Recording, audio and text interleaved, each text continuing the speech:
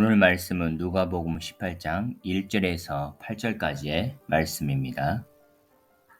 예수께서 그들에게 항상 기도하고 낙심하지 말아야 할 것을 비유로 말씀하여 이르시되 어떤 도시에 하나님을 두려워하지 않고 사람을 무시하는 한 재판장이 있는데 그 도시에 한 과부가 있어 자주 그에게 가서 내 원수에 대한 나의 원한을 풀어주소서 하되 그가 얼마 동안 듣지 아니하다가 후에 속으로 생각하되 내가 하나님을 두려워하지 않고 사람을 무시하나 이 과부가 나를 번거롭게 하니 내가 그 원한을 풀어주리라. 그렇지 않으면 늘 와서 나를 괴롭게 하리라 하였느니라. 주께서 또 이르시되 불의한 재판장이 말한 것을 들으라. 하물며 하나님께서 그 밤낮 부르짖는 택하신 자들의 원한을 풀어주지 아니하시겠느냐? 그들에게 오래 참으시겠느냐? 내가 너희에게 이르노니 속히 그 원한을 풀어주시리라. 그러나 인자가 올 때에 세상에서 믿음을 보겠느냐? 하시니라. 아멘. 예수께서 제자들에게 항상 기도하고 낙심하지 말아야 할 것을 비유로 말씀하십니다. 우리 생활 가운데 항상 즐거운 일만 일어나는 것은 아닙니다. 그렇다고 항상 견디기 힘든 일만 일어나는 것도 아니죠. 그래서 하나님께서는 야고보서 5장 13절에서 이렇게 말씀하시는 것 같습니다. 너희 중에 고난당하는 자가 있느냐? 그는 기도할 것이요. 즐거워하는 자가 있느냐? 그는 찬송할지니라. 일상이 그런가 봅니다. 즐거워하는 자가 있으면 고난당하는 자가 있는 것처럼 우리의 일상도 행복과 고난의 양면성을 드러내는 것 같습니다. 그런데 그 양면성이 불공평한 것처럼 보일 때가 참 많습니다. 오늘 이야기에 나오는 재판관도 그렇습니다.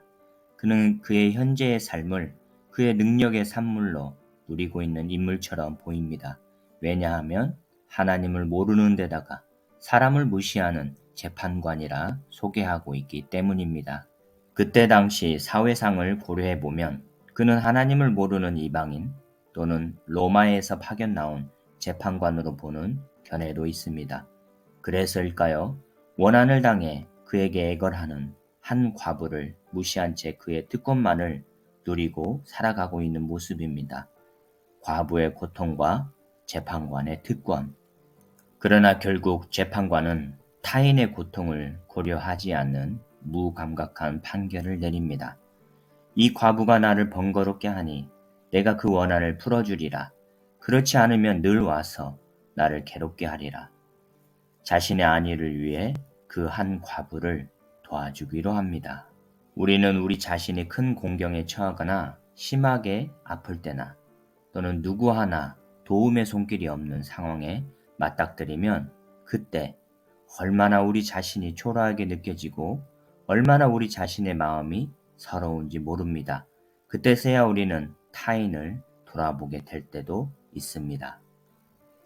하지만 재판관은 그런 경험을 하지 않아 보입니다. 아니면 벌써 그런 경험을 잊어버렸을지도 모르지요. 단지 자신이 생각하는 것은 자신의 안위뿐입니다. 그렇지 않으면 늘 와서 나를 괴롭게 하리라.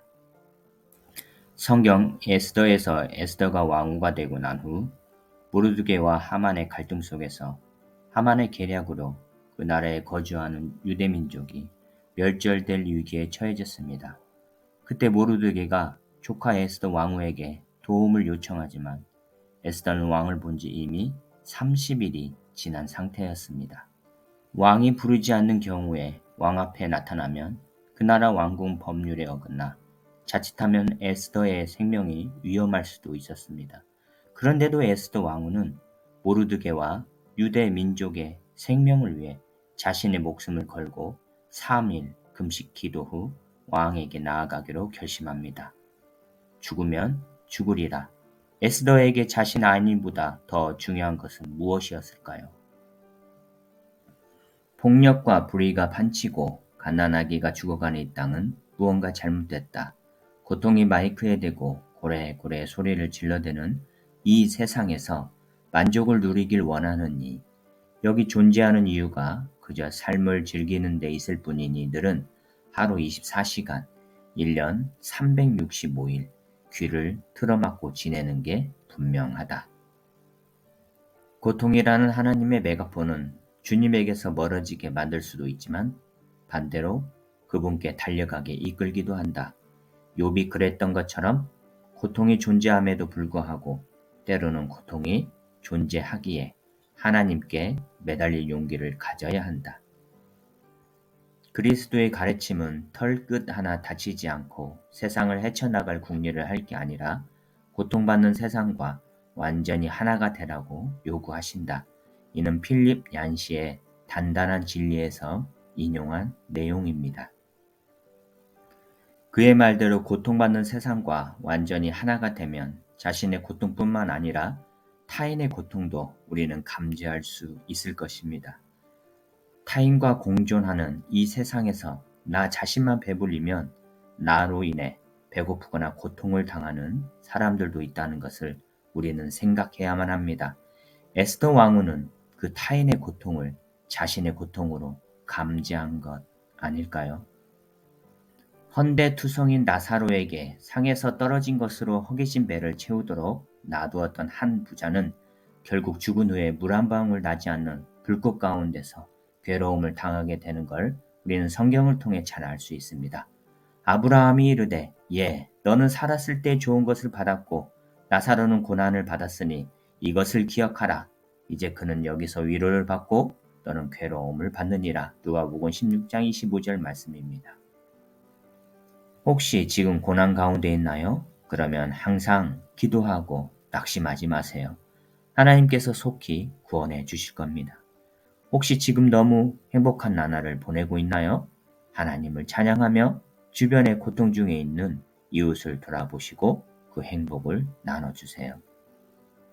우리 마음까지도 지켜보시는 하나님께서 잘했다, 충성된 종아 하며 기뻐하실 겁니다. 오늘 하루도 좌로나 우로나 치우치지 않고 예수 그리스도께서 가신 그 길을 믿음으로 정진하시길 주님의 이름으로 소망합니다.